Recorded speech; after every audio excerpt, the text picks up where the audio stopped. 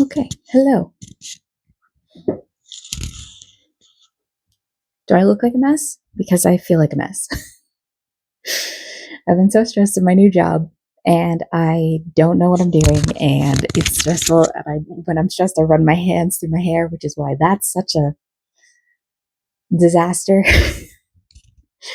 And video ideas that are back here. But I do have some books that I read. I read 5 books this month, so let's talk about them. Okay.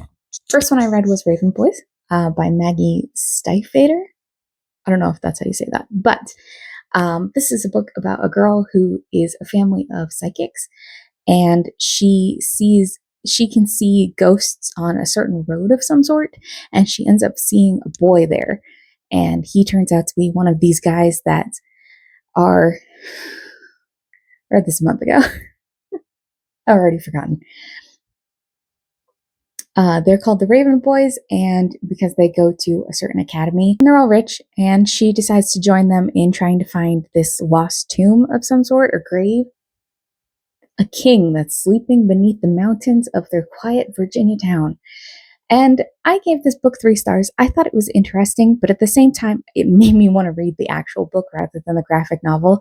I liked the art style a lot, and what it kind of had to say about like abusive relationships and privilege and that kind of stuff. But I wish there was more, which, if I had actually picked up the book instead of the graphic novel, maybe I would have gotten what I wanted. But yeah, that's what I think about this one. I will probably end up reading the actual book and not picking up the graphic novels from here on out. So we'll see how it goes. And the next book I read was Afterlife by Gail Foreman. This is the same author who wrote I should know this. I've read this book. If I Stay. Oh my goodness. This is the same author who wrote If I Stay. She writes very popular young adult novels. And I believe this is a young adult novel as well. This is about a girl who's on her way home from school. She gets home and then discovers that she has been dead for the past 7 years.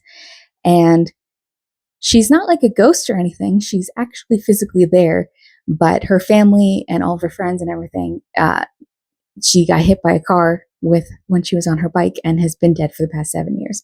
So she is very confused. And this book had a lot to say about grief, which I love. I love a book about grief. It's very relatable. But I think it just kind of touched on it a little bit. Like, the book is very short and it touches on each of their grief, her parents and her sister, and kind of what happened to them after she died and how that affected them. But honestly, because you're getting flashbacks between you're getting her point of view in the present day and other people's points of view in the past. It's very disjointing. I found it hard to really follow the story just because it was going back to like when her parents met and things like that. And it just felt really unnecessary. And it felt like it was just trying to fill the book with more pages, but it's a small book anyway. So I wanted to hear more about her, the character, and less about the other minor characters in the town. So I gave this 3 stars. Oh man, I had such a good reading month last month, and I had such a poor one this month in comparison. Okay, the next book I read was The Island of Last Things by Emma Slowly. I don't know how to say that. This is a story about the distant future where climate change has completely taken over. There is a virus that has killed most animals. And so there are a couple of zoos that are still open that are conserving these animals and plants and things like that have died out. And you get the perspective of 2 people. You get the perspective of, what is her name? Camille, who is a worker at the zoo that is located on Alcatraz.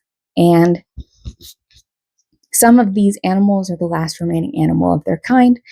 And then a new zookeeper shows up whose name is Sailor. You'd think I would remember that. That's a very unique name, but I don't. Her name is Sailor, and she used to work in Paris at a zoo, and she starts working at this one, and she has really extreme views in comparison to Camille's, and she wants to free all of the animals. She kind of convinces Camille to do more and more things in order to try and improve the zoo. And I was surprised by how dark this book is, especially the ending. I don't want to spoil anything or anything like that, but the ending gets very dark, and it was really shocking what happens. And I did not see it coming. But it had a lot to say about if zoos are ethical or not, if it's really conserving the animals, or if you're just making animals live a poorer life by having them in zoos. Like, yes, you're conserving the animal species, but is it worth it to make an animal live in a cage? And I feel like at the end, it doesn't really say which is better and which is not. So I gave this 3.5 stars. I was really invested in it. I was really interested in what it had to say. And then it really just went off the rails. So I had a lot of fun with this book. And it makes you really think about zoos and whether it is better or worse to have them, even if they are conservation based. After that, I read Atmosphere by Taylor Jenkins Reid. This is the author of two of my favorite books. You can probably guess which ones they are because everybody loves the books, Seven Husbands of Evelyn Hugo and Daisy Jones and the Six. So I was really excited to read this one.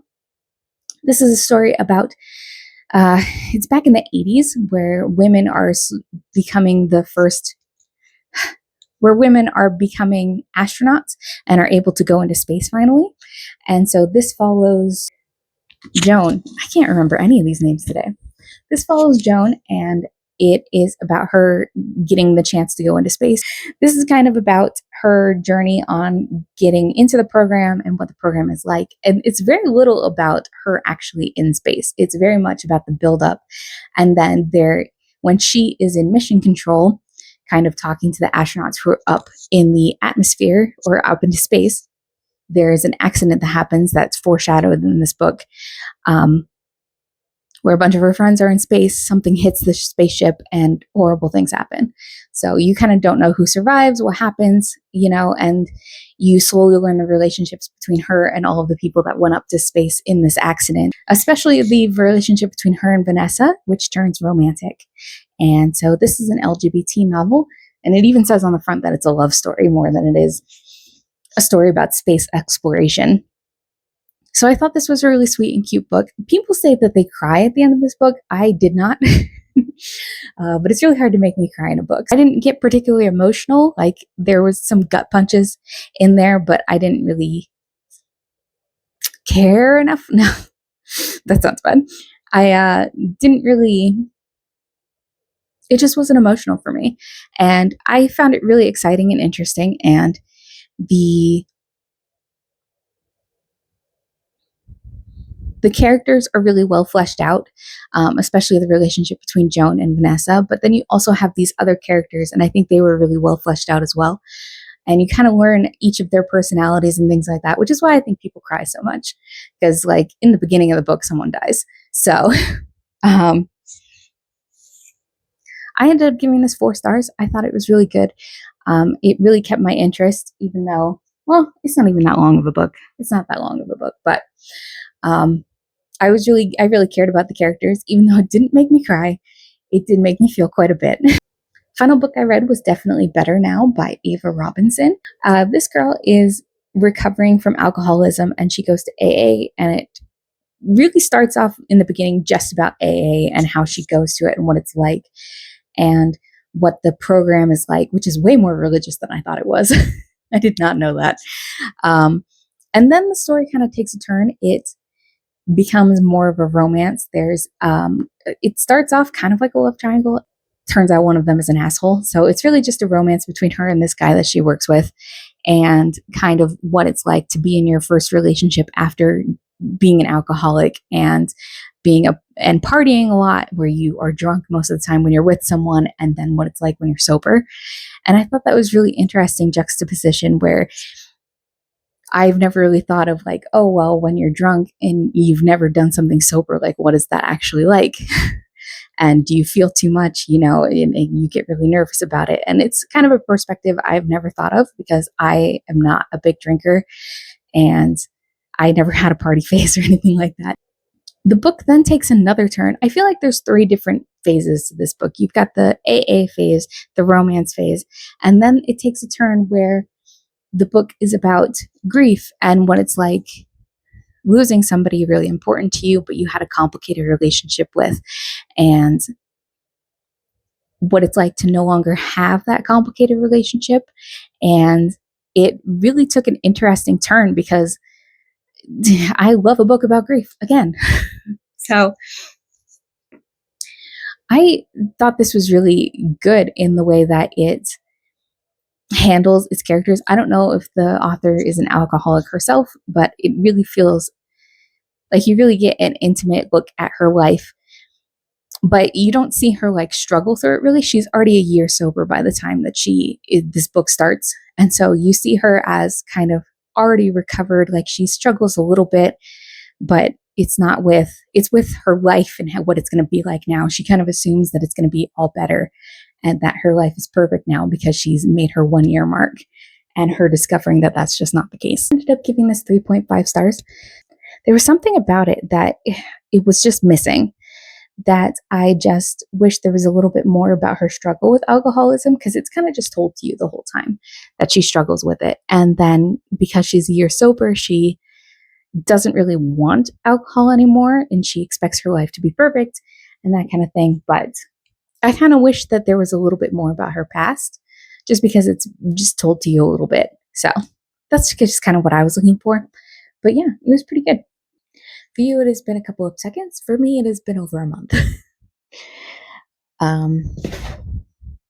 It's currently November 4th, 5th. Oh my God. And I need to film my October wrap up because I didn't film anything for September, or I did, and then I never posted it. So I only read 3 books in October because I was depressed. Oh no, too real. I'm going to post a video kind of explaining what's been going on, why I haven't been reading much, and what is wrong with me. So look forward to that.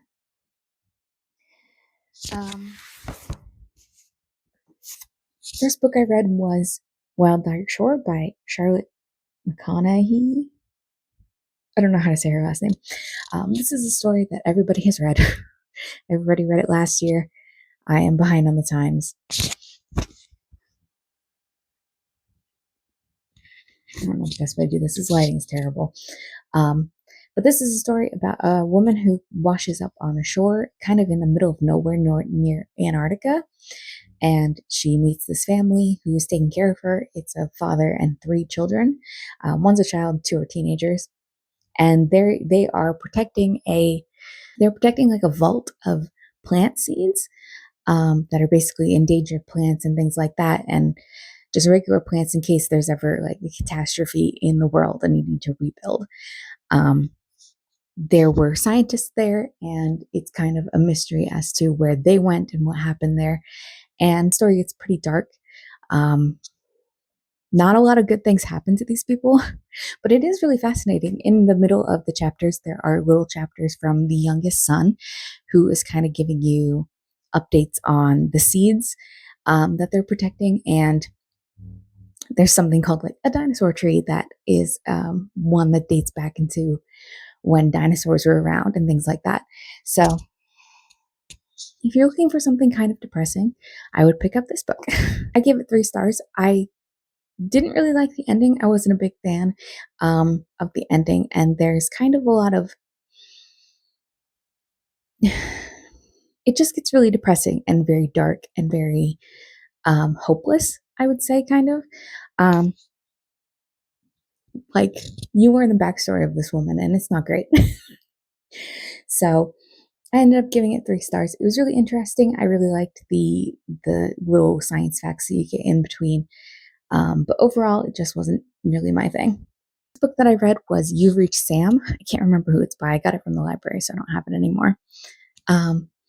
It's a story about a girl whose boyfriend dies, and she ends up reaching out to him on her cell phone to try and hear his voice on his voicemail, and he actually ends up picking up. So even though he's passed away, he is still talking to her. And you kind of navigate her grief a little bit, but I ended up giving this 2 stars. I was not a huge fan of this book, maybe because it was young adult.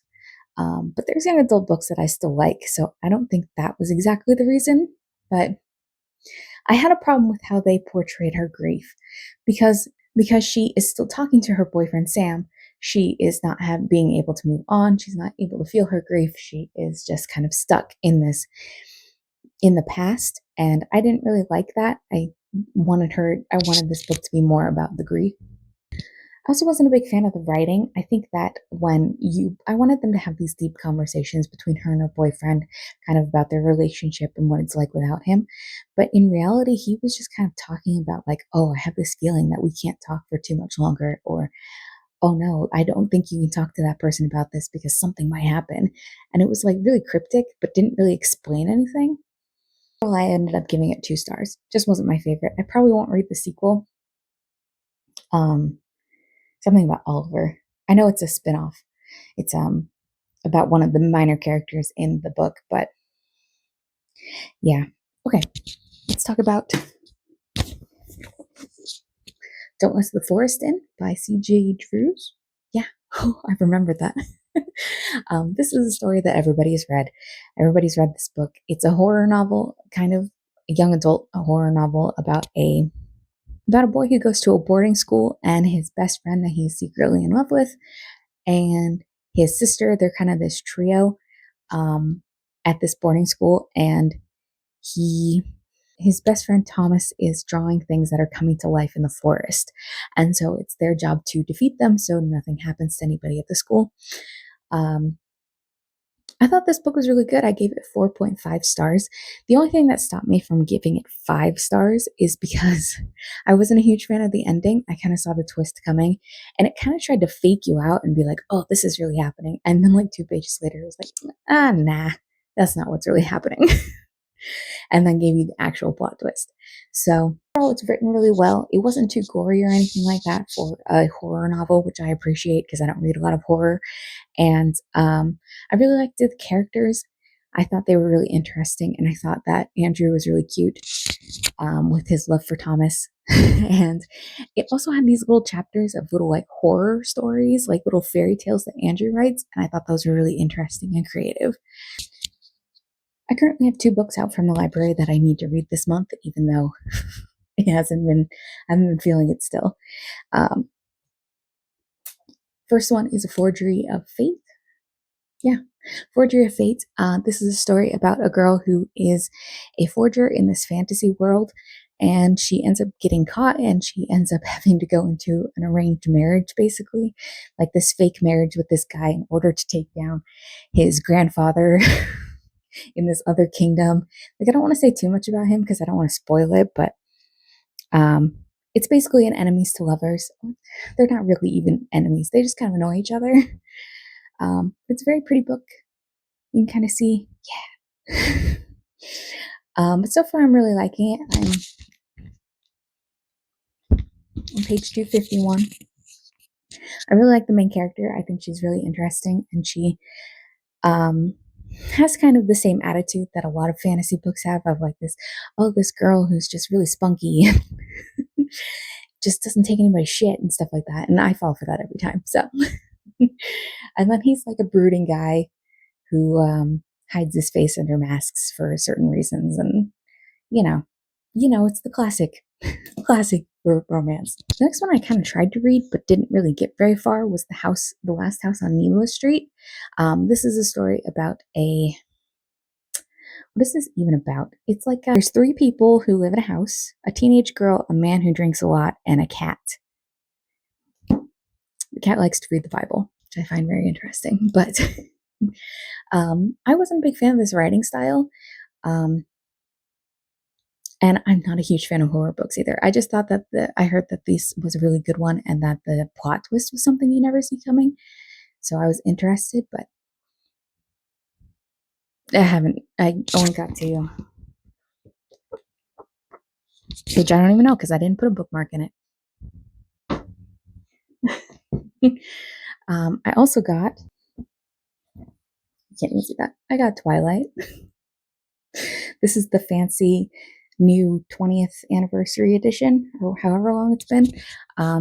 It's really fancy and pretty, and I like it a lot. I was obsessed with Twilight when I was a kid. I was obsessed with it when the books came out and then before the movies came out. So I'd never seen the movies, but I'm really interested in rereading it because I'm curious if it'll still hold up, like if I'll still like it. So that's on the docket. And that's it. That's all I wanted to say and all the things I needed to tell you about. Um, Thanks for sticking around if you did, and let me know what you're reading. Okay, bye.